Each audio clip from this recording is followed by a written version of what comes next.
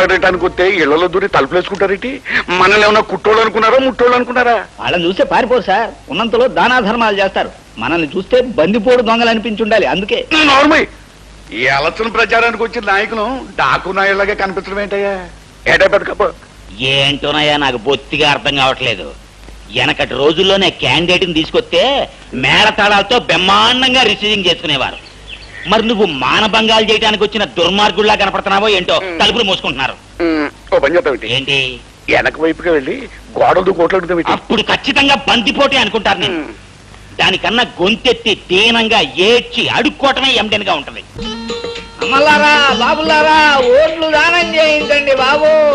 పాపం పదవి లేక మా దామోదరం బాబు నకనకలాడిపోతున్నాడు. మీ ఇంట్లో ఓట్లన్నీ మాకే ధర్మం చేయండి బాబు. అడుక్కుంటాం అంటే మరీ అలా ముట్టోళ్ళగా అడుక్కుంటాం కదయ్యా. నువ్వు ఆపు.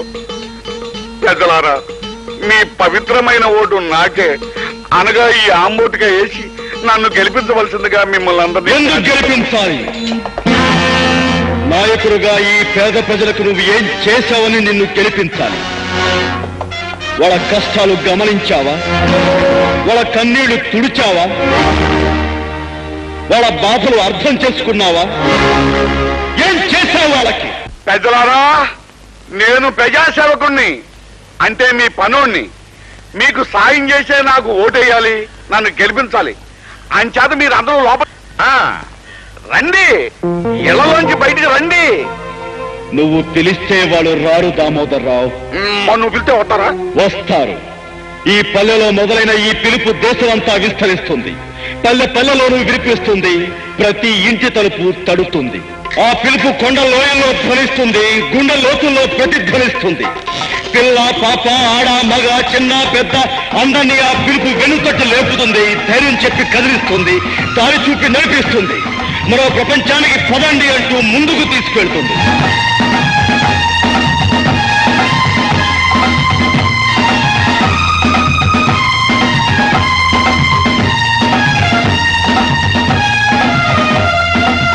ఆశతో, ఆవేశంతో, బలమైన ఆశయంతో ప్రవాహంలాగా, ప్రళయంలాగా సాగొచ్చే ఆ జన ప్రవాహపు ఉప్పెల్లో నీ కుటీర రాజకీయాలు కొట్టుకుపోతాయి. ఆ పిలుపు ప్రపంచంలో నువ్వు గడ్డిపోతావా, ఎగిరిపోతావు. పెద్దలారా, మీరంతా నా వాళ్ళు. అటువైపుకి వెళ్ళకండి. అతనే ఆడి పేరు గొంటగొట్టలే. అలవాటు ప్రకారం చెట్లు నరికెత్తాడు. అంచేత మీరందరూ నా వైపుకి వచ్చేయండి. రండి. నీలాంటి వాళ్ళకి ఇది గండ్రగొడ్డలి దామోదర్రావు. వాళ్ళ కష్టాలు తీరేక ఈ గొడ్డలే వాళ్ళ పొలాలకు నాగలవుతుంది. నీ బలం బలగం చూపించి ఈ ప్రజల్ని భయపెట్టి ఓట్లు వేయించుకోవాలనుకుంటే ఈ గొడ్డలే నీ గుండెల్లో కొలుపు అవుతుంది. జాగ్రత్త. ఇదిగా అసలు ఓటర్లు ఇలా తెలివి మీరిపోవటానికి ఆ గండ్రగొడ్లగాడే కారణం. తనేదో ఈ కలియుగానికి కలికి అవతారం అనుకుని అన్యాయం, అధర్మం అంటూ పెద్ద పెద్ద కోతలు కొత్తన్నాడు. మంచి ఐడియా ఇస్తాను, దగ్గర రండి.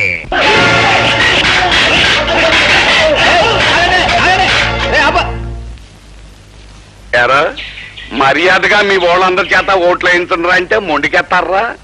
అందుకే అటుకొచ్చి కుళ్ళబోటు చేయడం జరిగింది.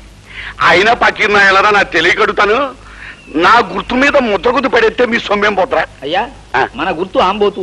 దాని మీద ముద్ర గుద్దితే అది అచ్చోసిన ఆంబోతు అవుతుందని భయపడి వాళ్ళు గుద్దకూడదు అనుకుంటున్నారు. చక్కటి, నువ్వు నన్ను ఎగతాళి చెప్తున్నావా లేకపోతే ఏదైనా నిజం చెప్తున్నావా?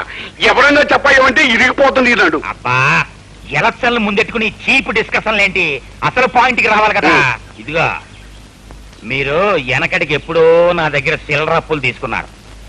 వడ్డీ, చక్ర వడ్డీ ప్రకారం ఆ ఎంట్రోగంలా పెరిగి 100,000, 1000 అయ్యాయి. ఆ సంగతి మీరంతా మర్చిపోయినా ఆ ప్రాంసరీ నోట్లు నా దగ్గర ఉన్నాయి. మరి నా అప్పు తీర్చమన్నే పట్టాను అంటే మీ కొంప, గోడు, చెంబు, తప్పేళ, మీ పిల్లని తాళిబొట్టు ఇచ్చేయటమే కాకుండా మీ పిల్లల్ని రాళ్ళు రప్పలు కొట్టే వాళ్ళ కింద నాకు అప్పచెప్పాల్సి ఉంటుంది. అంచేత మీరు అందుకు సిద్ధపడతారా? నేను చెప్పినట్టు మా ఆంబోతుకి ఓటేస్తారా? ఆంబోతు నన్ను చూపెట్టావటయ్యా. ఆంబోతు గుర్తుకొని చెప్పయ్యా. తమరన్నా తమరు గుర్తున్నా ఒకటే సార్. అలాగే. అంచేత మీరు నా అప్పు తీర్చడానికి అన్ని ఇచ్చేసి పకీర్లు అయిపోతారో, నేను చెప్పినట్టు ఓట్లేస్తారో తేల్చుకోండి. ఈ ఒకటానికి వేయండి అయ్యా. మళ్ళీ 5 ఏళ్ల వరకు మీ జోలికి వచ్చినా మీకు కనిపించినా నన్ను చెప్పు తీసుకోకండి. వాళ్ళని ఆలోచించుకొని అయ్యా మగడా. ఆలోచించుకోండి.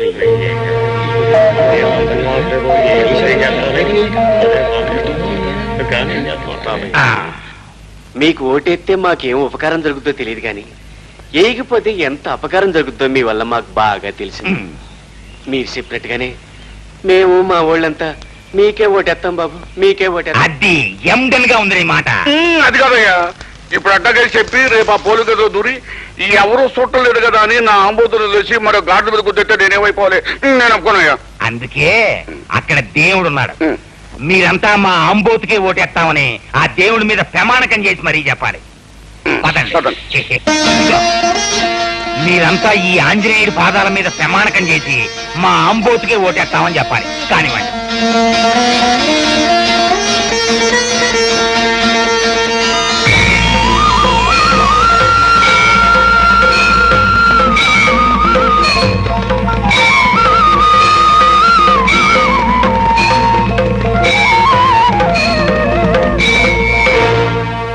లేదు బాబు, మమ్మల్ని చంపినా సరే నరికినా సరే మేము మీ కోటేయం బాబు. అమ్మనాయారా, ఆఖరి క్షణంలో ఎంత అడ్డం తిరిగిపోయారా? ఏటయ్యా బతుకప్పు, ఈ పల్లెటూరు ఓట్లు పడబోతే ఇక మన పని చవరమే. ఇప్పుడు ఏం చేయాలయ్యా? ఇదిగో బాబా, 2-3 తుమ్ములు నా మొక్కను తుమ్మైనా సరే ఐడియా చెప్పయ్యా. ఇదిగో, కొత్తగా కడుపైందల్లా ఊరికే కింద మీద అయిపోకు. ఈ రాజకీయాలు నీ కొత్తగా నాకు అలవాటే. అసలు మనకి ఓట్లేని పల్లెటూళ్ళని ఈ ఆంధ్రప్రదేశ్ మ్యాప్ నుంచే సరిపోయాలి. ఎట్టగయ్యా? చెరువు గట్లన్నీ తెగ్గొట్టేసి పల్లెటూళ్ళని ముంచేసామనుకో, మనకు ఓట్లేని వాళ్ళంతా నీళ్ళలో పడి కొట్టుకుపోతారు. 2-3 రోజుల్లో అయితే జరిగిందంటే మిగతా వాళ్ళంతా భయపడి చచ్చినట్టు మనకే ఓట్లేస్తారు.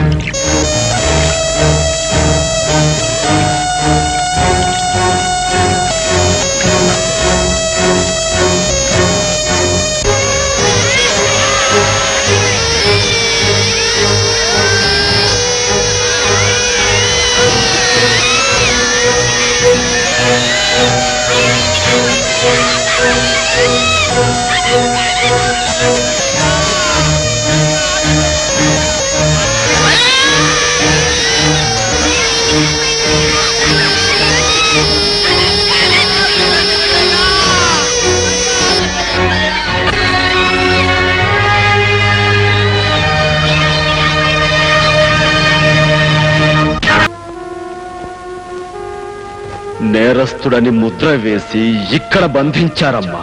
బాబు, ప్రతి మనిషి గుండె ఒక గుడైతే నువ్వు కొన్ని కోట్ల గుళ్లల్లో కొలువుండే దేవుడు అయ్యావన్నమాట. ఎంతో మంది తల్లులు చెల్లెళ్ళు నిన్ను చూడ్డానికి వస్తున్నా నీకు దగ్గరగా ఉండే ఇంతకాలం నిన్ను చూడలేని దౌర్భాగ్యరాలయ్యాను నేను. అలా అనకమ్మా, కావాలనే నీకు కనిపించకూడదనుకున్నాను. అంటే అంటే నేను ఇక్కడే ఉన్నట్టు నీకు తెలుసా బాబు? తెలుసమ్మా, తమ్ముని చూసిన మరుక్షణంలోనే వాడిని గుర్తించాను. నువ్వు వాడి దగ్గరే ఉంటావని ఊహించాను. మరి అమ్మని చూడాలని, అమ్మా అని పిలవాలని అనిపించలేదా బాబు? అనిపించింది. తమ్ముడికి నిజం ఎక్కడ తెలుస్తుందోనని గుండె రాయి చేసుకున్నాను. బాబు, అవునమ్మా, ముళ్ళు రాళ్ళు ఉన్న దారిలో నడిచి నడిచి ఎదురు దెబ్బలెన్నో తిని నువ్వు నేను మనసును మొండిగా మార్చుకున్నావమ్మా. కానీ చల్లటి అమ్మ నీడలో అమాయకుడిగా పెరిగినవాడు తమ్ముడు. వృత్తిని దైవంగా, కర్తవ్యాన్ని జీవంగా భావించే మనిషమ్మవాడు. అలాంటి వాడికి తను తన సొంత అన్ననే వృత్తియాల్సి వచ్చిన రోజున అది విని తట్టుకోలేడమ్మా. ఈ నిజం వాడికి చెప్పనని నాకు మాటియమ్మా. నా నోటితో నేను చెప్పను బాబు, కానీ ఇక నుంచి నీ కోసం కలతపడే ఈ తల్లి మనసుకు మాటలు వస్తే మాత్రం నేనేం చేయలేనురా.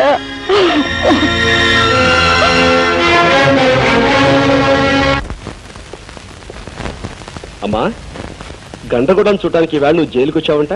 అవును బాబు, ఈ ఇంటి దీపాన్ని ఆరిపోకుండా కాపాడిన మనిషిని చూడాలనిపించింది. నేను చెప్పాను కదమ్మా, అతనికి నాకు పోలిక ఉన్నాయని. అన్నట్టు ఆ మనిషిని చూసాక నీకేమనిపించింది? దేవుడు గర్భగుడిలో బంధించబడ్డాడనిపించింది. అదేంటమ్మా? అదేరా, నీ ప్రాణం కాపాడినవాడు అంటే నాకు దైవంతో సమానమేగా బాబు. అతని ఆఖరి కొరకు ఏదైనా ఉందేమో తెలుసుకుని తీర్చరాదు? ఉరి తీసే ముందు ఎలాగో అడిగి తీరుస్తారమ్మా. అది చట్టం ఆనవాయితీగా చేసేది. నేను చెప్పేది అతని రుణాన్ని నువ్వు తీర్చుకోవాలనరా. సరేనమ్మా, రేపే వెళ్ళి అడిగి చూస్తాను. కంట్రగొడ్లి, నీకేదో తీరాల్సిన కోరుకుందట. ఏ, నువ్వు తీరుస్తావా? నా ప్రాణం కాపాడి నాకెంతో సహాయం చేసిన వాడివి. నేను ఎలాగో నీ ప్రాణాలు కాపాడలేను. కనీసం నీ కోరికైనా తీరుద్దాం అనుకుంటున్నాను. ఏమిటో చెప్పు.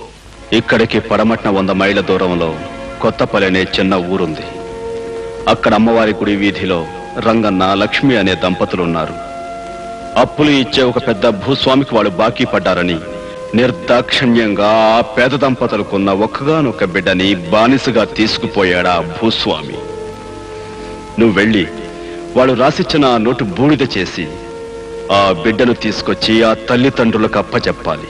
అదంత పని వెంటనే చేస్తాను. వస్తాను. కానీ ఒక్క షరతు.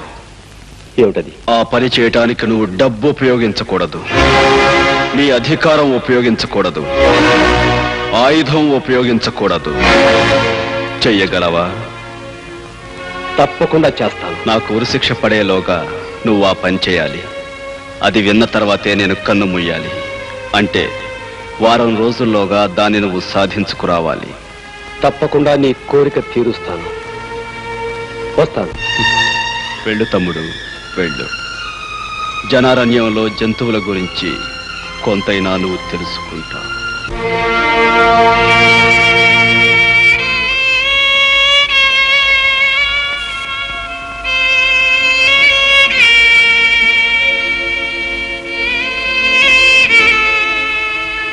లక్ష్మి, ఏంటే అన్నం ముందెట్టుకుని పసివాడి కోసమేనా?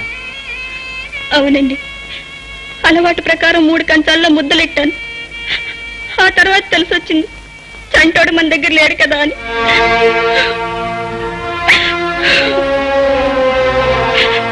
అమ్మా లక్ష్మి. అన్నా, అన్నా,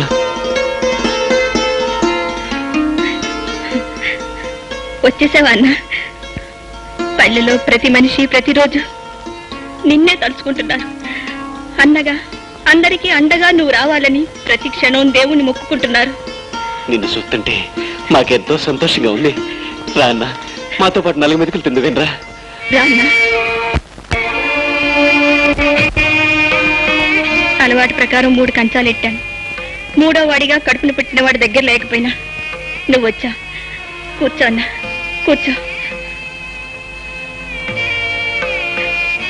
విషయం అంతా నాకు తెలిసిందమ్మా. అంతా తెలిసిందా అన్నా? నేల తల్లి చల్లగా చూడకపోవటంతో కడుపు కూటి కోసం షావుకారు దగ్గర అప్పు చేశాం. అంతే, పంటలు వస్తున్నాయి, వెళుతున్నాయి. వడ్డీ తప్ప అసలు చెల్లు కావటం లేదు. దాంతో ఆ షావుకారు బలవంతాన బిడ్డను పశువు నీడ్చుకెళ్ళినట్టు ఈడ్చుకు వెళ్ళాడు. ఈ పేదవాడలో ప్రతి తల్లి బిడ్డని కనేది ఆ షావుకారికి బలి ఇవ్వటానికి అన్నా, బలి ఇవ్వటానికి. బాకీ డబ్బుల కోసం పసివాళ్ళని తీసుకెళ్లిపోతాడా? ఇంతమందిని తీసుకువెళ్ళి ఏం చేస్తున్నాడా నీచుడు?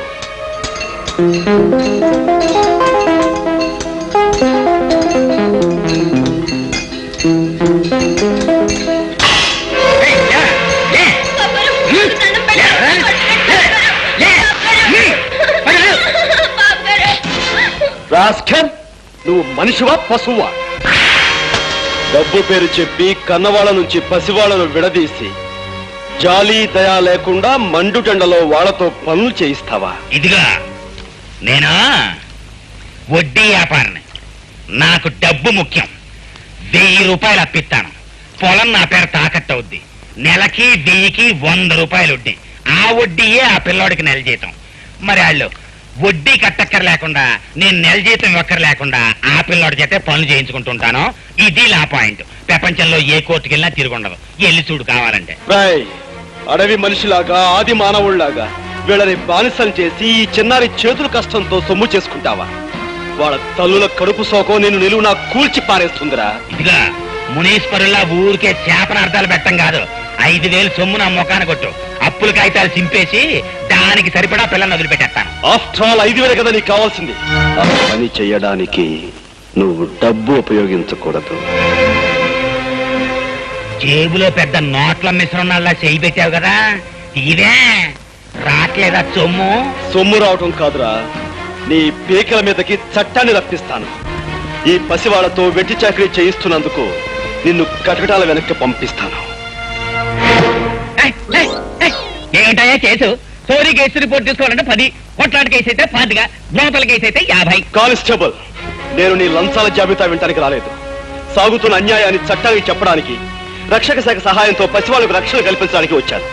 పెత్తందారు చిదానందం న్యాయ సమ్మతం అంటూ జరిపే అన్యాయాన్ని, అక్రమాన్ని ఆపేయ్, అక్కడితో ఆపేయ్.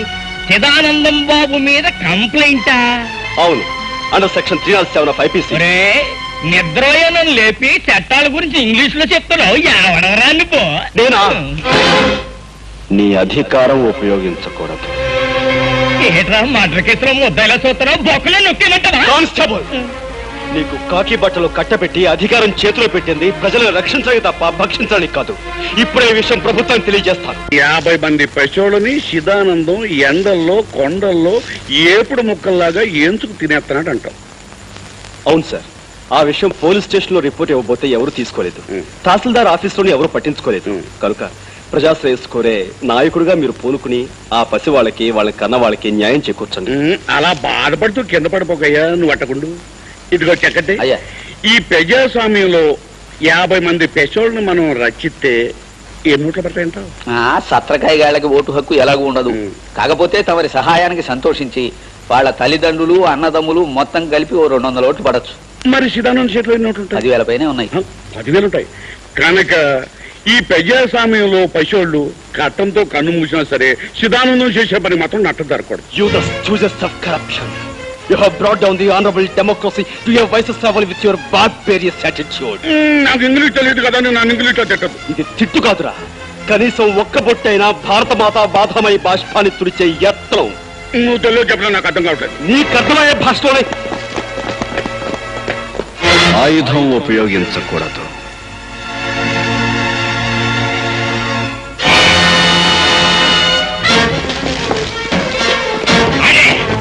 పారిపోతున్నాడు. పట్టుకోండి.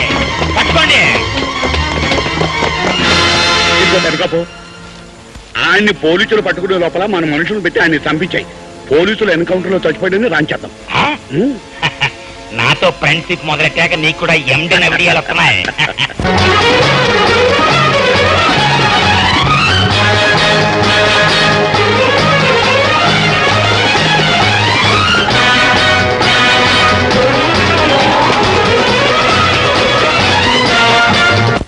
శాంతి, మన పెళ్లికి పెద్దలు రాలేదని, మనల్ని ఆశీర్వదించలేదని బాధగా ఉందా? లేదు బావా, మనసిచ్చిన మనిషితో మనో జరగటం ఆడజన్మకో వరం. నాకు ఆ వరాన్ని దేవుడి సన్నిధిలో ప్రసాదించావు. ఇంతకంటే నాకేం కావాలి బావా?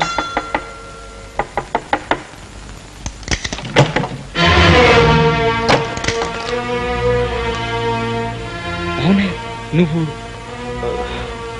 ఏంటనే, ఏం జరిగింది? అవన్నీ తర్వాత చెప్తాను.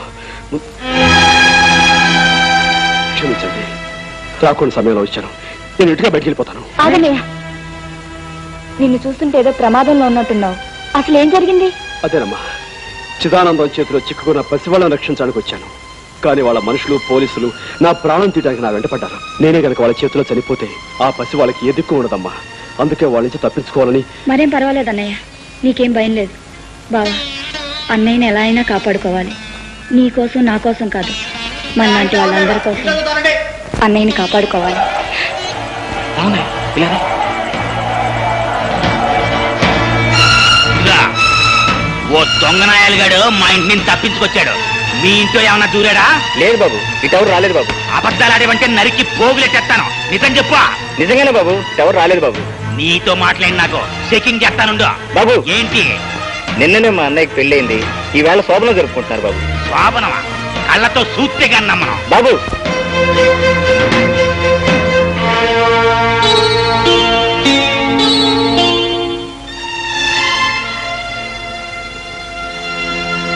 రే, అడికి లేడుగానే ఈ చుట్టుపక్కల ఎక్కడో దాక్కుని ఉంటాడు. మొత్తం ఎతకండి. కనపడగానే నరికి అవతల పాడేయండి. ఆడికి ఆశ్రయం ఇచ్చిన వాళ్ళు కూడా నరికి అవతల పాడేయండి. ఎవడర్థం వస్తాడో చూస్తాను.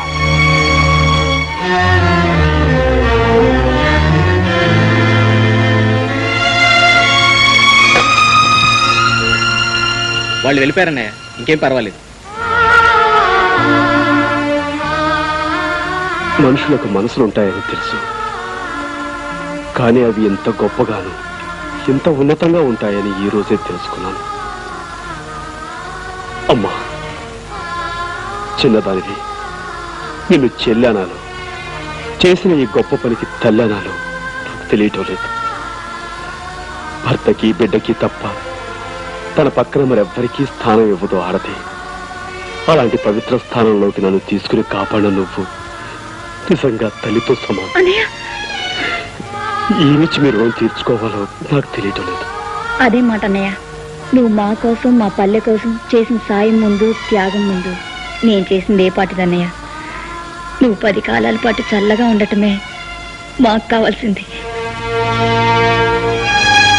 అమ్మా, పవిత్రంగా జరగాల్సిన మీ మొదటి రాత్రి నా కారణంగా పాడైంది.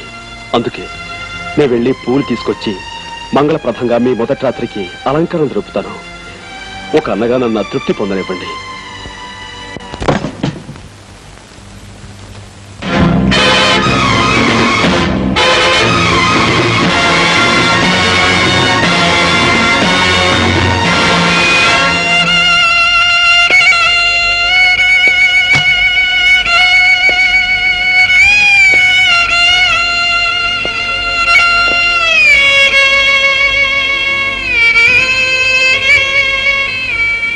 కనపడగానే నరికి అవతల పాడేయండి.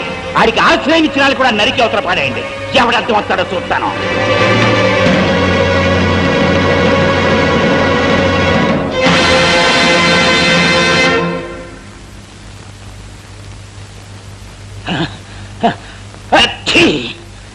ఇవాళ పిలవకుండానే వచ్చిందేంటి తుమ్ము?